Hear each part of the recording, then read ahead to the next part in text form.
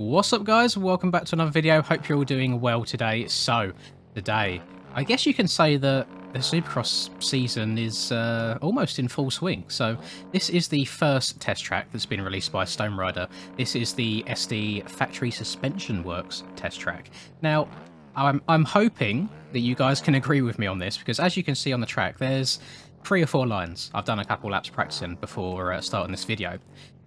Please tell me that this is just a difficult track to get around cleanly and I'm not extremely washed up, because it was difficult. I won't lie, it's been very, very difficult so far. Charlie downloaded it and started running a couple laps, and he was seemed to be really, really struggling. So I was like, all right, I'll give it a go as well, see how it is. And I won't lie, my best lap time's like a 1:11. I know some people like Chicken, for example, have 1:02s, 1:03s, and there's me rocking around for 1:11 because I've not done a clean lap yet, which is pretty embarrassing since I'm meant to be running the red number 1 plate at round 1 of the 23 Supercross season. I can't even put my finger on what bits I'm struggling on. I don't know if it's a setup thing or if I'm just really like out of the flow at all. There's some sections like that. Oh, actually, that jump was okay. So hear me out. I was riding on the Husky 450 previously. Had all of my same setup that I had in last year's championship winning setup. So in my eyes, it should be pretty good. Should be fine. I was really struggling to get over a lot of these jumps, and now I've literally just hopped onto the TM 450, which is a bike that I see nobody use, and the setup is completely stock. The only thing that I've changed is the fuel and the rear tyre to the 120. Everything else, even the bloody the mapping, still standard. The swing arm's still on 1. It feels a lot nicer, which is really weird. Like, look how that just skimmed through them whoops so nicely. I'm gonna have to do a lot more testing. Like a lot more testing, because I was down horrendous. I'm pretty sure you can triple onto that table as well. Let me spin around. I want to give it a go. This is what we're here for. I'm not even sure what I want to title this video, if I want it to be a testing video or just showing off the track. I mean, the track's free, so you can download it, play it whenever you want. Can I step onto this? Oh, there we go. Yeah, step on from the outside. And then I reckon you could quad that and then double into the corner. Drag them back here. Not too bad. You just got to make sure you get in the right rhythm. Then we go triple, triple. Can't see yourself being able to quad all the way out of there. That is a bit of a huck. And then this section is quite nice. Going double-y, triple-y type thing there and double into the corner. Even sections like that, that just looked so easy then. And I was really struggling with it. So this has taken a bit of a positive turn, actually, because I was kind of hoping that you guys could agree with me that the track's quite a difficult one, but it seems to be going a little bit better for me. Although I still only have a 1:11. Oh, God. It does feel a little bit slippery though, which I'm not sure if that's just a skill issue, and I need to chill out on the old throttle a little bit more. But I really want to do a lap. That's just a clean lap without crashing. That'd be lovely. I can't even step on and over that. Bloody hell. One thing that I'm very interested to see as the Supercross season starts and progresses is how the tracks are going to deform. Because, I mean, 20 minutes on... I mean, I'm guessing Stone Rider's doing 1 road. He usually does 1 road for all of the outdoors rounds.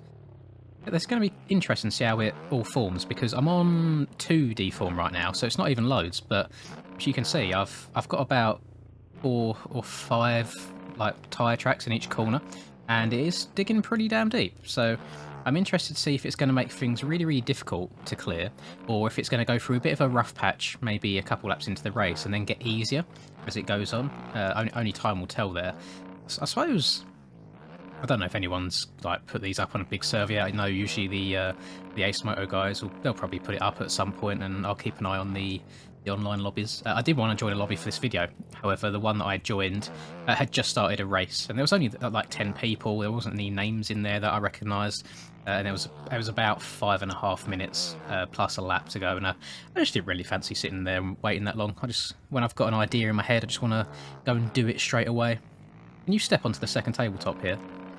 100% yes, you can. Okay. Oh, I hate finding out that these massive lines are doable, because then I just get in my head about really badly wanting to do them. I'm pretty embarrassed, actually, because still knowing that my best lap here is a 1:11, and the good guys that I should be competing against next year are lapping almost 10 seconds quicker than me. It's not very good. Not very Fergalicious. Can I triple? triple out here? Oh, I can. Lovely.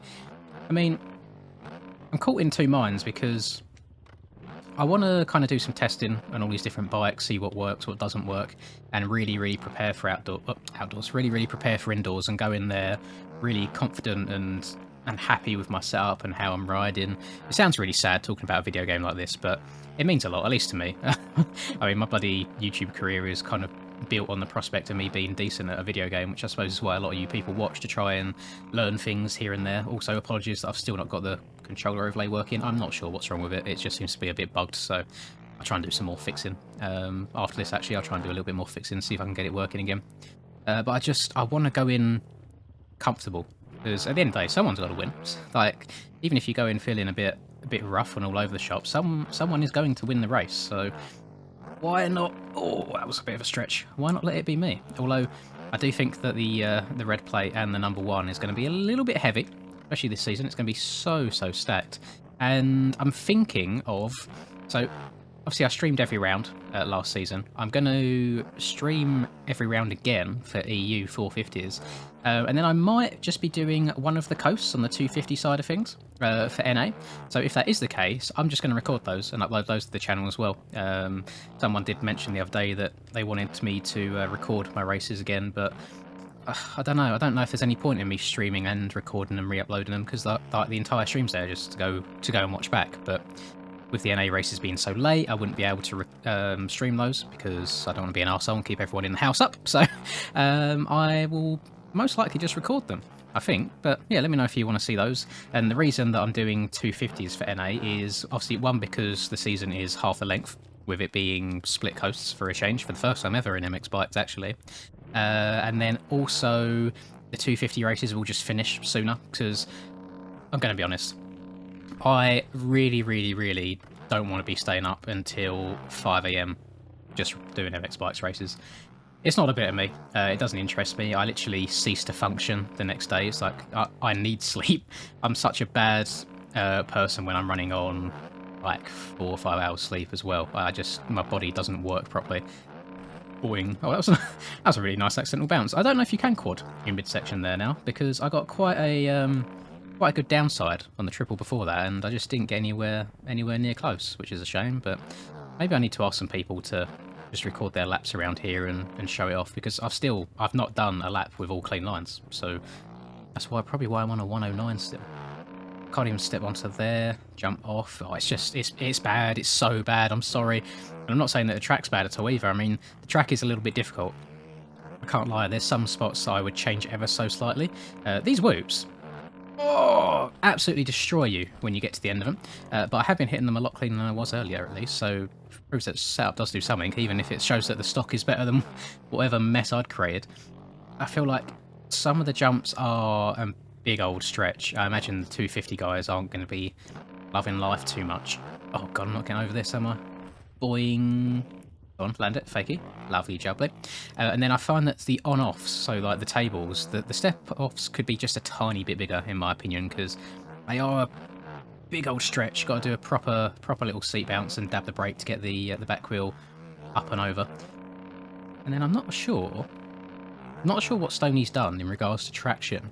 Obviously, the top layer feels nice, but when I'm then going back and riding on where it's been eroded away slightly, it feels like underneath it's a little bit slick. So I'm not sure if that's placebo or if that is just now post-beta, well, actually, beta 17. I suppose I've not really sat down and properly tried ARL style or soil tracks since the updated tyres at the start of the outdoor season, so this could just be the new norm, and I need to just practice a little bit. Might mess around with my throttle settings a tiny bit, make it a little bit less sensitive, so I've not got to be quite as strict coming on the throttle. So I've discovered since riding the 250s a little bit more when I was preparing for MX Bikes and Nations, it's quite fun just holding it whipped on a 250 everywhere. And you can see, so corners like this, so this little rut down here, it is digging quite deep, especially places like here. So I imagine, with God knows how many people, with this eroding so deep, it's going to get quite challenging to actually clear all the main lines after you get 10-15 minutes deep into a race. So don't know, it's one of them other things that I just need to practice, because when I first got this game and I first started learning it, I was more of like a hot lap hero than anything. I could run one fast lap, or I could run fast laps consistently as long as there was no road, because that's all I do really, is I spend most of my time in testing, not really messing around with deep tracks, not going into online lobbies and getting that experience. And then when the time came that I'd done my first outdoor series, I actually, quite often I'd get good starts, and I was in a situation a few times where I was leading a race by even a considerable amount, whether it be 10, 20 seconds, and then the road would kick in, and I would make so many mistakes, crash so many times, and just every single time without fail, I would choke the lead, and that just comes from lack of preparation, really. So I really do think that this time round, before we get to A1, I just need to sit down and do some road practicing, because whether you like it or not, it's a completely different game once the track's fully eroded. The bike gets kicked all over the place. The bike wheel spins a hell of a lot coming out of the corners. It's just, you have to know where to... Oh god, I forgot that was a wall jump. You have to know where to draw the line as well, because there'll become a point in the race where most likely you won't be able to hit like the triples in, for example, that you were hitting the previous 5-10 laps before. And you need to know in your head mentally when that point is and when to stop going for them, because if it gets to that point where maybe 2 or 3 laps in a row you end up wadding yourself because you've tried going for a triple in that really isn't doable anymore, where the tracks and the corners got so rough, you're going to be costing yourself a hell of a lot of time over the course of a race, because crashing at the start of a rhythm section, or just crashing in general, might not be too bad. It might be worth a couple of seconds, but then you've got to think that entire rhythm section is then ruined from that point onwards. Like, you can't really recover from that. You kind of be doubling your way through, or you might even have to roll a couple of jumps as well. So all in all, you're probably looking, could even be like 7, 8, 9 or 10 bad case scenario seconds. So if that happens a couple times in a race, think of how much time realistically you're giving up, when you could just check up, double your way in and double your way through, and save yourself a whole bunch of time. Up and over this, dab the back brake, over the finish line. I know this is a fantasy track. Oh, I think it's a fantasy track anyway. I'm not sure if it's a replica of like a super old track that Stoney's just renamed. Those few jumps there before the finish line, that's triple over the finish. I get really annoyed when they get put into bikes, only from the perspective of it really limits your line options, because obviously going outside and tripling is a hell of a lot faster than going roll double, because you can't double single. If you double single, you're not getting over the finish line at all, which obviously it makes passes a bit more annoying there, because if you go to pass someone, more likely you're not going to be able to get the triple out of the corner. If you're being passed by someone and they're a bit rough with you, you're not going to get it again, and it takes up so much time. And I think it was actually A1 of last year where there was a very similar triple to that right before the finish line, and it was such a pain in the arse. If someone messed up in the corner, you'd have to go roll double, and you lose so much time, especially if there's lappers involved and you have to check up maybe a little bit. Maybe a lapper's got a bit squirrely, or there's been an accident. And Supercross, I feel a lot of the time, obviously there's skill involved, obviously there's consistency involved, the starts make a whole lot of a difference as well, but sometimes in Supercross on this game, where the tracks are so narrow as well, and there is quite a big skill gap, I think, in terms of the people that qualify or just make it in onto the main event and the people that are top 5, sometimes you just get unlucky. Sometimes you're in the wrong place at the wrong time, and there's nothing you can do to avoid some like downed riders who are crashing from no fault of their own. You know, they're just not quite as skilled or as knowledgeable. Please hit this triple on. There we go. And you just get caught in the line of fire. But it happens. I think I got very lucky last year. Had a very good A1. Got second place. I thought I was going to win at one point, but still, to get second place, I was right behind Baldman, I think, at the finish. And that was actually my most viewed stream, or in terms of most people watching at once. There's 700 people watching me, like trying to pull off a good round one. You can imagine how nerve-wracking that is, because I'd not done a lot of streaming before that either, and it was one of the newer streams when I'd got my new PC as well, so testing out a whole different bunch of settings. But it really was a really good stream, and I'm hoping that we can do kind of the same again on this A1, because the game is bigger than ever. When Beta 18 dropped, we reached a new highest peak player rate, what do you call it? Not score. We just reached a new peak. I think it was something like 8,500. It might have been just below that, which for a game like this, I think is absolutely incredible. Like, it's really, really good stuff. And it shows that there is still a lot of interest in this game. I think people get burnt out every now and then if the game's had a lack of updates for a while. And I think that just goes to show the importance of there hopefully being more regular updates as we go. Obviously, we've also released Beta 18B, which helps the lean help people get their steering back, get their mojo back. But I've seen a few comments with people that turned it off where it was boofed and bugged out, and have actually been preferring the game without it. So if you are one of them players and that you run lean help, even just because you consider yourself like super casual and you just want to hop on and have fun, I don't think it even takes that long to learn with it off. It just lets you lean the bike over further, which in turn helps you go faster. So turn it off, try it for a couple of hours or a couple of days and see how it goes. And then if you're really not gelling with it, then by all means switch it back on. But I do truly believe that you guys are holding yourself back a little bit by having lean help on. That really, really will limit your speed in the long run. I mean, I've got a few assists on myself. I'm not perfect by any means. I know there's a lot of hardcore players out there that consider it cheating in some way. The two that I have on that help me the most, one is the shift help, so I've not got to hold the clutch into shift or let off the throttle. I can just keep banging it up and down the gears. Obviously there's a slight delay where the game shuts off the throttle for you, but it just means I've not got to press as many buttons. The reason I do that is coming from Sim. Actually, in Sim, you haven't got to use the clutch to shift or anything. You can just spam up and down as much as you like. There's no gap. So I got into this habit of, when I'm in the air, shifting upper gears a bunch of times, because I feel like I'd like endo quite a lot if I didn't. So now I've brought that over to bikes, and every now and then, if I'm a little bit front wheel low, I'll kind of spam up the gears in the air, and it just means I haven't got to think about so many things at once. And then the only other one that I've got on is brake help, and that's just because I think I turned it on once when I was trying to record a Supermoto video. And if you've done Supermoto, you know how easy it is to kind of get all sorts of whiskey, both on the throttle and on the braking on that Supermoto traction. And then I never turned it off again, so now I'm kind of stuck on it. But I don't feel like either of those things really limit me in any way. I suppose you can make the argument for the gear shifting that you change gears slower. But I've actually adapted my riding now to the point where I only really change gears like down when I'm under braking or in the air, and then usually if I'm changing up gears, it will be as my wheels leave the ground over a little bump, or like I always shift from second to third as I'm entering the whoops, but it'll just be as my wheel leaves the first whoop. So again, it does it whilst the wheels are off the ground. Or the only place I think it really limits me sometimes could be off the start, because I start in second gear on the 450s, shift up to third, and then possibly fourth, depending on the length of the straight. And I suppose you lose a tiny bit of time there, even if it is just temps. But as you know, when this game starts, are very, very important. But I think on the 450s, they put a lot in every gear, really. So I don't think it's the end of the world. But another thing that I might experiment with at some point, because I've really not diverted too far from what I learnt the game on. There was a there's an old MX Bikes player who doesn't really play anymore. Pops by my streams every now and then, is Fred, but Fred used to also play Sim, and that's how I started talking to Fred originally. And then when I moved over, he just sent me a setup, and that's what I've run since. And that's basically what a lot of you guys run now. So massive shout out to him for getting me that in the first place, because I won't lie, if I was just left to my own devices whilst learning this game, I think I'd probably be in Shackletown. I'd be even more lost than I am now.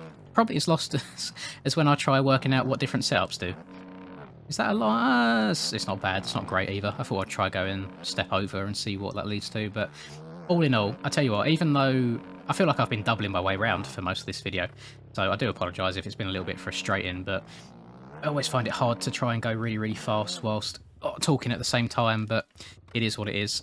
Unfortunately, lap times are pretty dreadful, if I'm honest. A 109, I don't even think a 109 would qualify me if this was an actual event. So lots of practice left to do, and I think that'll do it from me. The track itself, I think, is built absolutely fine. As I said, I'd change maybe the on-offs, make the offs a little bit steeper to give you a tiny bit more kick. But other than that, it's not too bad at all. I was going to make a little complaint about this set of whoops here, but since hopping on the TM and getting a bit of a well, I say better setup. Obviously, it's still stock, but it feels much, much nicer. They're much easier to go through. There was something about the setup I had on the Husky where you get to these last few whoops. To be fair, I've done it again there. But I'd get to the last few whoops and just be robbed of all of my speed, and then obviously your front end dips, and it's basically game over from that point. But it's all about the setup going into them now. I need to just be a lot more smooth, try and get as straight as possible going into them. and just try and ride smooth and smartly and see how it goes. But that'll do it from me. Let me know what kind of lap times you guys are running, because I feel like majority of you, for a change, would actually be well above me. I'm going to try and do this one last lap here, see if I can do a lap without crashing, only because I'm 0.4 up already. And we'll see how this goes. Oh, I meant to be in third gear here. Screw it. We'll keep it up and over. Check up here to downside this, and hopefully get a good run. Step on, off. Just going to double this. Oh, I've not got enough speed. I've not got enough speed to triple into corner. That's a shame. That's cost me a little bit of time there. Go on, off, triple, single into the corner. Try not to slide out too much. Triple. Oh, I don't know if I'm going to get this. I didn't have much speed. Oh, barely. Oh, it's a little bit sketchy at the end of this, isn't it? Rail around there. Oh, God, oh, God, oh, God. I'm low on speed here. Oh, I feel like maybe making that last whoop a little bit lower could help a bunch. Let me know what you think, if you think these whoops are far too difficult, if you think they're just right. I mean, obviously you can get through them quite cleanly, but no. Maybe I'm thinking of a different track, because 7 seconds off of that is actually insane. Maybe I have to ask Chicken to record it, but we do know that he manages just to pull lap times out of his arse from somewhere from time to time and just run absolute burners. But yeah, that'll do it from me. Hope you guys have enjoyed this video. As always, if I could ask you just to drop a like and subscribe to the channel if you're new, I'd greatly appreciate it. Have a lovely rest of the day, whatever it is that you're up to, and until I catch you in the next video, peace. Wanted to make it, I guess. You know I live with the criticisms. People are giving opinion, they put it upon a pedestal. A pendant for your thoughts, but I never asked for change. My work ethic's ridiculous, and yours is not the same. I swear to God that I wrote it all with a pure intention. The truest testament with no excessive false aesthetics. You couldn't imagine a fathom the effort I'm exuding. My heart and soul in the ship, and yet they forced me to prove it.